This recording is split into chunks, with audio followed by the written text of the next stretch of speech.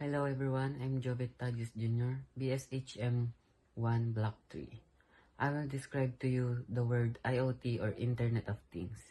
The Internet of Things is a rapidly evolving technology with significant potential to improve our lives and transform various industries. However, it's crucial to address concerns related to security, privacy, and the ethical implications of data collections. Analyzing the Internet of Things (IoT) involves examining its technology, real-world application, advantages and disadvantages, and its overall impact on society. Share insights on its benefits, risks, and impact on society. The Internet of Things has been potential to revolutionize various aspects of our lives and society. While it offers significant benefits, it also presents challenges related to security, privacy, and ethical consideration.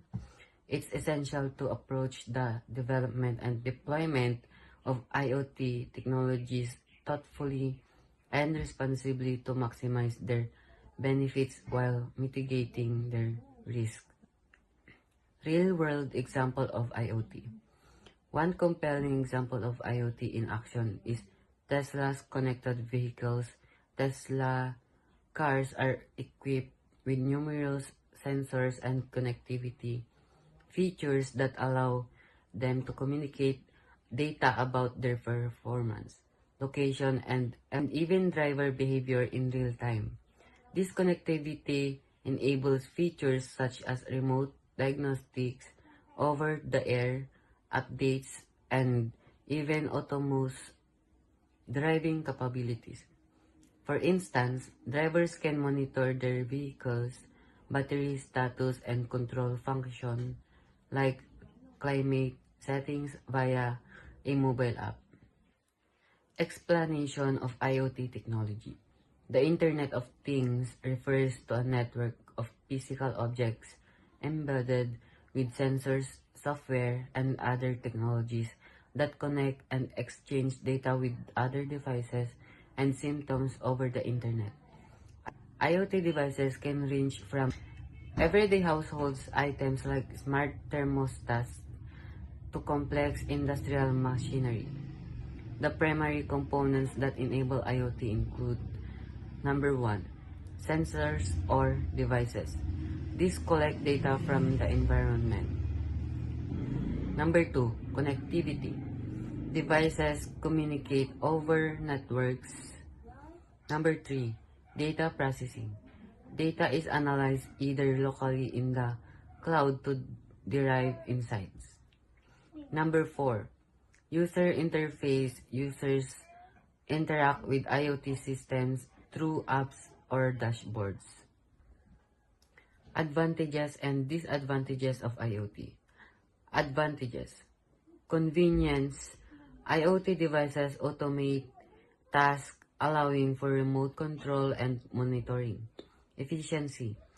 Business can optimize operations through real-time data analytics, leading to cost savings and improved service delivery. Enhanced decision-making. The data collected can provide insights into consumer behavior and operational performance. Disadvantages. Security risk. Increased connectivity can lead to vulnerability, making devices susceptible to hacking and data breaches. A compromised IoT device can serve as an entry point for cyber criminals. Privacy concerns. The data collected by IoT devices can include sensitive personal information, raising concerns about how that data is used and shared. Dependency on technology. Over-reliance on IoT system can lead to reduced human oversight and potential job losses in sectors that become automated. Personal insights. In my daily life, I would be inclined to use IoT devices due to their potential to enhance convenience and efficiency. For example, smart home devices that allow remote control of lights and security systems can significantly improve daily living. However, I would remain cautious about the security implications and ensure that any devices used have robust security measures in place. Key takeaways. Number 1. IoT technologies connects physical devices to the internet, allowing for data collection and automation. Number 2.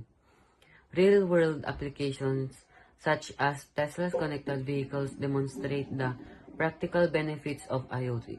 Number 3. While IoT offers significant advantages like convenience and efficiency, it also poses risks related to security and privacy. Number 4. Personal use of IoT can enhance daily life, but awareness of potential vulnerabilities is essential. Final opinion.